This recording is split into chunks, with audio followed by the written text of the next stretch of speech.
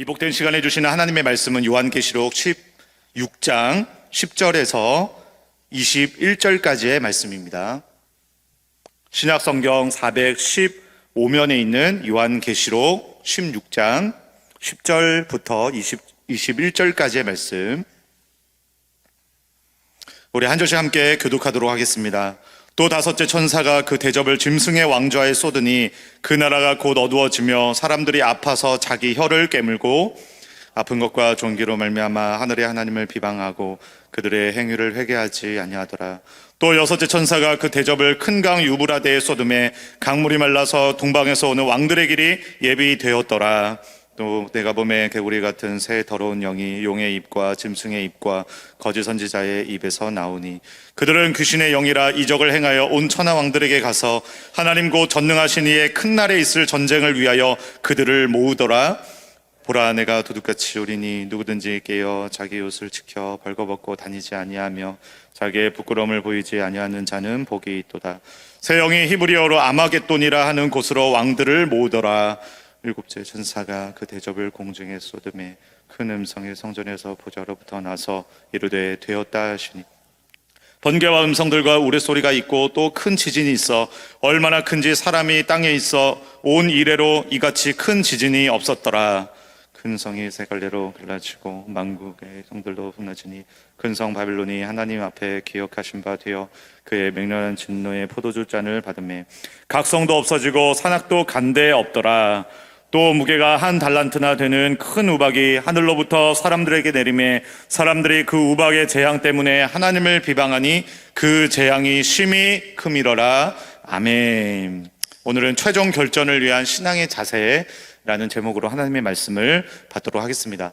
어제부터 보게 되는 요한계시록 16장의 말씀은 마지막 날에 또 이 땅에 임하게 될 하나님의 최후 심판의 모습을 보여주는 대접 재앙에 대한 말씀이라고 했습니다.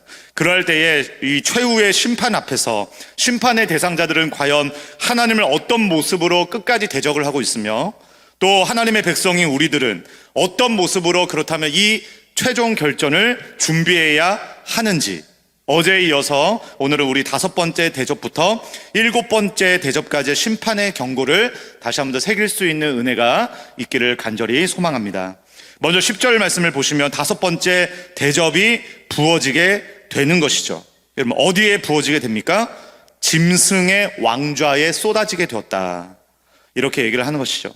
여러분, 짐승의 왕좌는 요한계시록에서 가장 많이 등장하는 하나님의 보좌에 대한 도전과 또 대적하는 세상의 통치와 권력들, 바로 우리 안에서 하나님의 다스림이 역사하지 못하도록 더 앞세워지고 더 우선시되고 더 높아지는 그러한 우상의 세력들이다라고 할 수 있겠습니다. 그럴 때 우리는 무엇을 경계해야 하는 것일까요? 바로 우리 안에도 그 짐승의 왕좌가 우리 안에도 있을 수 있다라는 것이죠. 그럴 때 우리는 어떠한 대상이 될 수밖에 없다라고 말하고 있습니까? 다 심판의 대상이 될 수밖에 없다. 그럴 때 그 결과는 어떻게 되느냐? 10절에 이어져서 나오게 됩니다. 그 나라가 곧 어두워지며 사람들이 아파서 자기의 혀를 깨물고, 그 나라가 곧 어두워질 수밖에 없다. 마치 출애굽기에서 나오는 10가지 재앙 중에서 빛이 사라지는 그 재앙을 떠올리게 하는 것이죠. 애굽이 자랑하는 신은 어떤 신일까요? 태양신이죠. 로마가 자랑하는 신도 바로 태양신인 것입니다. 이것만 있다면 내 삶이 더욱더 빛날 수 있을 텐데 라고 생각하는 그 절대 권력, 내 안에 자리 잡고 있는 우상의 세력, 짐승의 왕좌가 바로 있다라는 것이죠. 그러나 여러분, 창세기 1장 3절은 분명하게 말씀하고 있습니다. 하나님이 이르시되 빛이 있으라 하시니 빛이 있었고, 하나님의 말씀이 곧 빛이 되시는 줄 믿습니다. 그렇다면 여러분, 하나님의 말씀이 없는 세상의 모든 권력, 하나님의 말씀이 임하지 않는 세상의 모든 권세와 능력과 스펙과 지식과 모든 우상들은 여러분 어떻다라는 거예요? 결국에는 스스로 빛을 잃어버리고 어둠을 향해 달려갈 수밖에 없다라는 것 아니겠습니까? 여러분, 오늘 말씀에 분명하게 이렇게 얘기하고 있죠. 아픈데 아프기 때문에 자기의 혀를 또 깨문다. 여러분, 이것은 무엇일까요? 똑똑하고 잘난 것 같은데 그 어중간한 그 지식이, 어중간한 그 인간의 노력이, 어중간한 그 인간의 능력들이 아무것도 결국에는 할 수 없는 그 인간의 무능함을 결국에는 말해주는 것이고, 스스로 나타내주는 것이고, 그 모순과 한계를 스스로 드러낼 수밖에 없다는 것이죠. 여러분, 그러한 세상의 어리석음은 결국에는 어디를 향해 달려가게 될까요? 그 끝은 어디일까요? 11절 말씀에 보니까 아픈 것과 종기로 말미암아 하늘의 하나님을 비방하고 그들의 행위를 회개하지 아니하더라. 회개하지 아니하더라.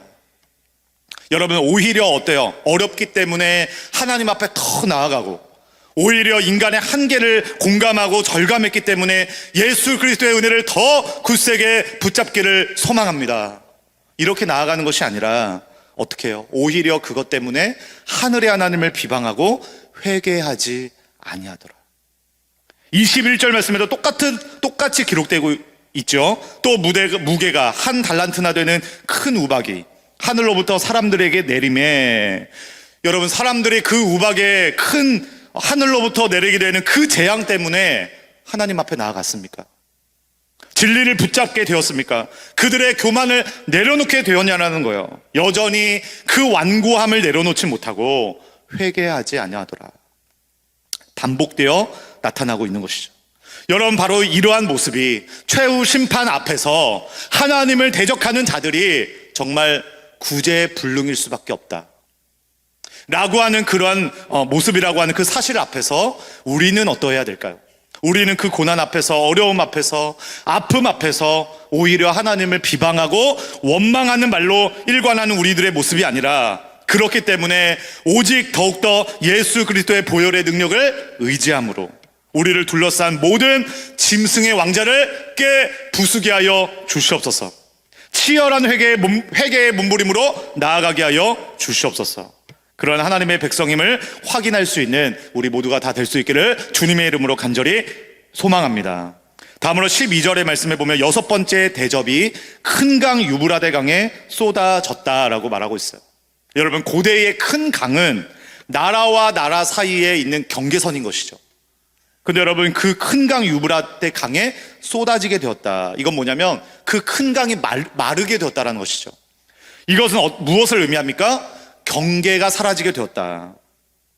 경계가 없어졌다. 이것은 무엇을 뜻합니까? 최후의 결전밖에는 남지 않았다. 이제는 어느 나라가 이기느냐, 이쪽이 이기든지 저쪽이 이기든지 이제는 그 중간은 없다라는 거예요. 회색 지대는 이제는 사라지게 되었다라는 거예요. 그럴 때 여러분, 13절에서 무엇이 일어나게 됩니까? 개구리 같은 새 더러운 영이 일어나게 되었다. 여러분, 원수 마귀도 귀신의 영들도 더 이상 물러설 곳이 없다라는 거예요. 그 경계가 사라지게 되었다. 이제는 물러설 곳이 없다. 회색 지대는 없다. 그런데 여러분, 우리들은 과연 어떠한 모습으로 그 전쟁을 준비하고 있는가? 여러분, 그 악한 영들, 귀신의 영들은요, 군대를 준비하고 있다고 합니다. 14절 말씀에도 보면 전쟁을 위하여 그들을 모으더라. 그들은 귀신의 영이라 이적을 행하여 온 천하 왕들에게 가서 하나님 곧 전능하신 이의 큰 날에 있을 전쟁을 위하여 모으더라. 16절에도 보면은 왕들을 모으더라. 그들의 공통점은 무엇입니까? 여호와의 그 전쟁을 위하여, 최후의 최종 결전을 위하여서 하나님을 대적하는 자들을 모으더라. 그렇다면 여러분, 이에 맞서서 최후의 전쟁을 준비하는 우리의 모습은 과연 어떠해야 하겠습니까? 우리도 모아야 하지 않겠습니까? 우리도 모여야 하지 않겠습니까? 여러분, 누가 모여야 할까요? 누구를 모이게 해야 할까요? 오늘 말씀에 15절 말씀에 이렇게 기록되고 있죠. 함께 읽도록 하겠습니다. 15절 말씀 시작. 보라, 내가 도둑같이 오리니 자기 옷을 지켜 벌거벗고 다니지 아니하며 자기의 부끄러움을 보이지 아니하는 자는 복이 있도다. 누구든지 깨어 자기 옷을 지키는 자들을 모아야 할 줄 믿습니다. 여러분, 옷은 신분을 말해주는 것이죠. 이 신분은 어떤 신분일까요? 바로 하나님께서 입혀주신 그 정체성, 바로 그 정체성을 지키는 자들, 세상의 권세와 위협과 자랑과 우상 앞에서 타협하지 않는 사람들, 바로 먼저는 나 자신이 깨어서 하나님 백성의 이 정체성을 지킬 수 있는 한 사람이 되게 하여 주시옵소서. 뿐만 아니라 그런 사람들을 모아야 한다는 거예요. 그런 사람들이 모여야 한다는 것이죠. 이것은 바로 우리가 함께 모여서 예배해야 할 이유가 되고, 주님은 우리의 거룩한 모임 가운데 함께 하심으로 우리 주님의 몸된 교회는 승리하게 될 줄 믿습니다. 우리 마지막으로 17절 말씀, 7번째 대접입니다. 7째 천사가 그 대접을 공중에 쏟음에 큰 음성이 성전에서 보좌로부터 나서 이르게 되었다 하시니. 여러분, 마지막으로 우리가 최종 결전을 위한 신앙의 자세는 되었다 하시니의 그 큰 음성을 들어야 한다라는 거예요. 여러분, 왜 그냥 음성도 아니고 큰 음성이라고 말하고 있을까요? 13절 말씀 다시 한번 보시면 새 더러운 영들의 공통점이 나타나게 됩니다. 그 새 더러운 영들의 공통적인 특징이 무엇입니까? 용의 입과 짐승의 입과 거짓 선지자의 입에서 나오니 라고 되어 있어요. 여러분, 공통점이 뭐라는 거예요? 바로 입이라는 것이죠. 입. 그 입에서 나오는 말이 우리를 흔들고 있다는 것입니다. 그 입에서 나오는 말이 우리의 자녀들을 넘어지게 한다는 것이죠. 그 입에서 나오는 모든 말들이 하나님과 멀어지게 한다는 거예요. 그 입에서 나오는 말이 우리로 하여금 최종 결전에서 패배하게 만들고 있다는 것입니다. 여러분, 그렇기 때문에 승리를 위해서 우리에게 필요한 것 있다면 여러분, 그것은 무엇일까요? 세상의 어떤 훌륭한 이념들, 소리와 소문들, 부정과 비방의 모든 수많은 말들이 아니라 오직 주님의 말씀을 따라서 다 되었다라고 선언하시는 오직 주님의 큰 음성을 들어야 될 줄로 믿습니다. 그런 점에서 내일부터 시작되는 우리 무엇이 있죠? 중고등부 여름 수련회, 또 목요일부터 진행되는 우리 유초소 여름 성경 캠프 가운데 참여하는 우리의 자녀들이 과연 하나님 들어야 될 음성이 무엇일까요?